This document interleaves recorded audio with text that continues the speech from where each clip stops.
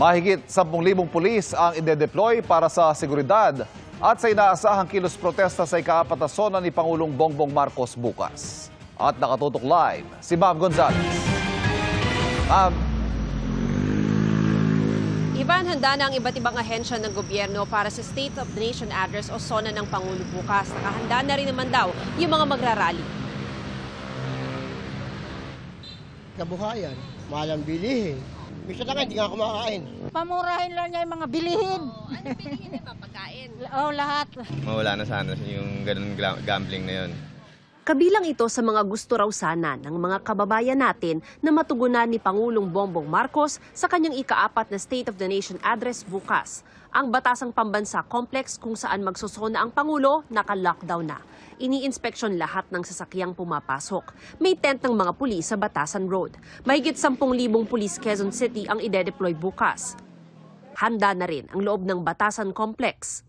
Dahil sa SONA, suspendido ang klase sa lahat ng antas sa pampubliko at pribadong paaralan sa buong Quezon City bukas. Magpapatupad ng citywide liquor ban mula mamayang 12:01 ng hating gabi hanggang alas 6 ng gabi bukas. Magdaragdag din ang tauhan ng LGU para magmando sa trapiko. Magpapatupad naman ng MMDA ng counterflow sa Commonwealth Avenue. Sakaling umulan bukas, naiayos na po natin yung drainage inlet dyan po sa Commonwealth. Temporarily ay lalagyan po muna namin, may mga mobile pumps po tayo sa MMDA. Tututukan muna po namin para po, again, maibato pupunta sa creek yung tubig dyan sa Commonwealth. paalala ng MMDA, iiral pa rin ang No Contact Apprehension Policy o NCAP sa Commonwealth bukas. Kanina nag-inspeksyon din ang Department of Transportation SAIC sa mga terminal sa Metro Manila. Ang grupong bayan magsusunog daw ng FEG na tinawag nilang bombong mambubudol. Past 3 years, ang dami niyang pangako pero walang natutupad.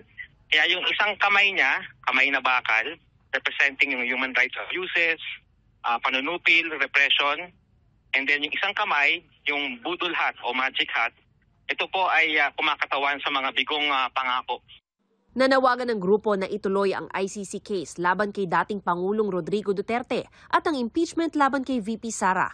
Nanawagan naman ng PNP na wag na sanang magsunog ang mga magpoprotesta. Ivan, bukas magbubukas ang 20th Congress. Magkakaroon muna ng magkahiwalay na sesyon yung Senado at Kamara sa umaga at sa hapon naman ay magkakaroon sila ng joint session dito sa Batasan Complex sa Quezon City para makinig sa sona ng Pangulo. Ivan? Maraming salamat, Ma'am Gonzales.